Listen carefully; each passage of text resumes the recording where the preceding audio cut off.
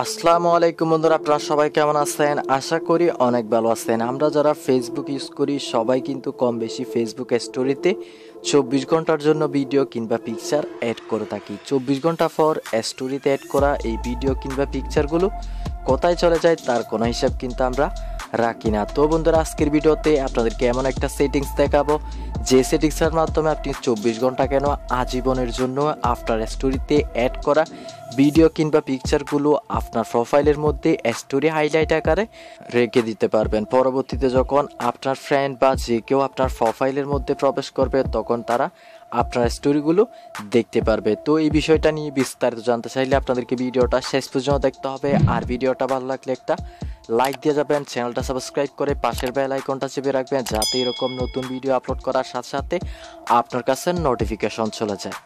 আর একটা গুরুত্বপূর্ণ বিষয় আপনাদেরকে বলতে ভুলে গেছি, আপনাদের সবার প্রিয় এনামুদ্দিন মিলন চ্যানেল এখন থেকে বিডি ক্রিয়েটর চ্যানেল নামে পরিচিত লাভ করবে।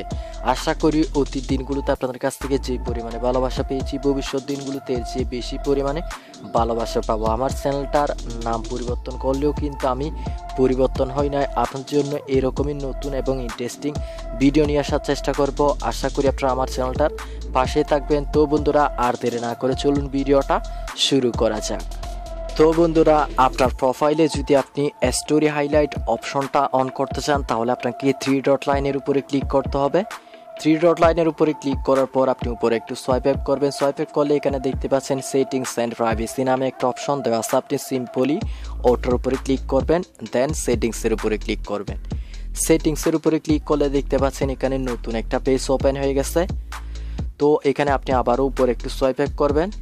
সোয়াইপ আপ করলে এখানে আপনি দেখতে পাচ্ছেন স্টোরি সেটিংস নামে একটা অপশন দেওয়া আছে। আপনি সিম্পলি ওটার উপরে ক্লিক করবেন। ক্লিক করলে দেখতে পাচ্ছেন এখানে নতুন একটা পেজ ওপেন হয়ে গেছে। পেজটাতে 4টা অপশন দেওয়া আছে। তো এখানে 3 নম্বরে আপনি দেখতে পাচ্ছেন স্টোরি এসিপ নামে একটা অপশন দেওয়া আছে। আপনি ওটার উপরে ক্লিক করবেন। ক্লিক করলে দেখতে পাচ্ছেন এখানে নতুন একটা পেজ ওপেন হয়েছে। তো এই পেজটাতে আপনি দেখতে পাচ্ছেন সেভ টু এসিপ নামে একটা অপশন দেওয়া আছে। দেন একটা পাশে অন অফের আইকন দেওয়া আছে।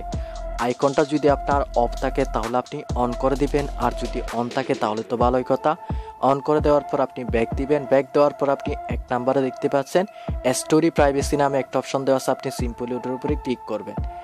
ক্লিক করলে দেখতে পাচ্ছেন এখানে নতুন একটা পেজ ওপেন হয়ে গেছে। তো এই পেজটাতে আপনি 1 নম্বরে দেখতে পাচ্ছেন পাবলিশ নামে একটা অপশন দেওয়া আছে। ওই অপশনটা যদি আপনার সিলেক্ট করা থাকে তাহলে আপনার স্টোরি হাইলাইটে যে স্টোরিগুলো আপনি অ্যাড করবেন সেই স্টোরিগুলো আপনার প্রোফাইলের মধ্যে যে কেউ প্রবেশ করলে দেখতে পারবে। এর পরবর্তীতে আপনি যদি ফ্রেন্ড অপশনটা সিলেক্ট করেন তাহলে আপনার স্টোরি হাইলাইটের স্টোরিগুলো শুধুমাত্র আপনার ফেসবুক ফ্রেন্ডরাই দেখতে পারবে। এর পরবর্তীতে 3 নম্বরে দেখতে পাচ্ছেন হাইড স্টোরি ফ্রম, ওই অপশনটার উপরে ক্লিক করে আপনি আপনার ফ্রেন্ড লিস্টের এমন ফ্রেন্ডদেরকে সিলেক্ট করে দিতে পারেন যে ফ্রেন্ডগুলোকে আপনি আপনার স্টোরি হাইলাইটের স্টোরিগুলো দেখাতে চাচ্ছেন না।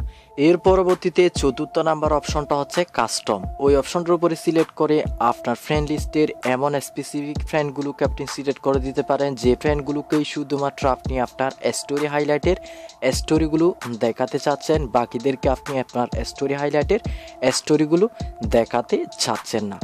এই সবগুলো সেটিং যদি আপনার করা সম্পূর্ণ হয়ে যায় তাহলে আপনার স্টোরি হাইলাইট অ্যাড করার জন্য আপনি ব্যাক দিয়ে চলে আসবেন। দেন আপনার প্রোফাইলটা ওপেন করবেন। প্রোফাইলটা ওপেন করার পর আপনি এখানে 3 ডট আইকনটার উপরে ক্লিক করবেন। 3 ডট আইকনটার উপরে ক্লিক করলে দেখতে পাচ্ছেন এখানে নতুন একটা পেজ ওপেন হয়ে গেছে। তো এই পেজটাতে আপনি দেখতে পাচ্ছেন স্টোরি এসিপ নামে যে অপশন আছে সেই অপশনটার উপরে ক্লিক করবেন।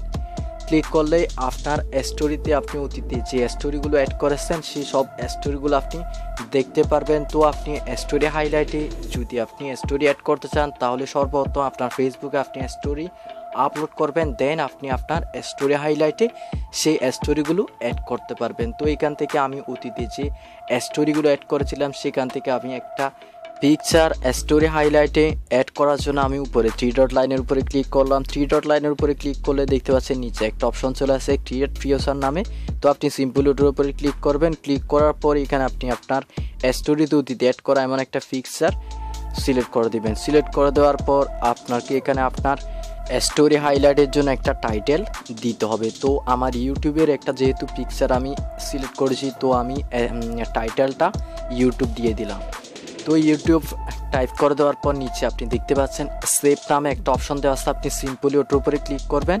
ক্লিক করার পরে এখানে আপনি দেখতে পাচ্ছেন আমি যে পিকচারটা আমার স্টোরিতে অ্যাড করেছিলাম সেই পিকচারটা আমার প্রোফাইলের মধ্যে স্টোরি হাইলাইট আকারে সেভ হয়ে গেছে। তো বন্ধুরা, আশা করি আপনারা বিষয়টা বুঝতেই পারছেন। ভিডিওটার মাধ্যমে যদি আপনি সামান্য কিছু শিখতে পেরেছেন বলে মনে হয় তাহলে অবশ্যই একটা লাইক দিয়ে যাবেন, আর ভিডিওটা কেমন লাগলো কমেন্ট বক্সে জানিয়ে যেতে ভুলবেন না।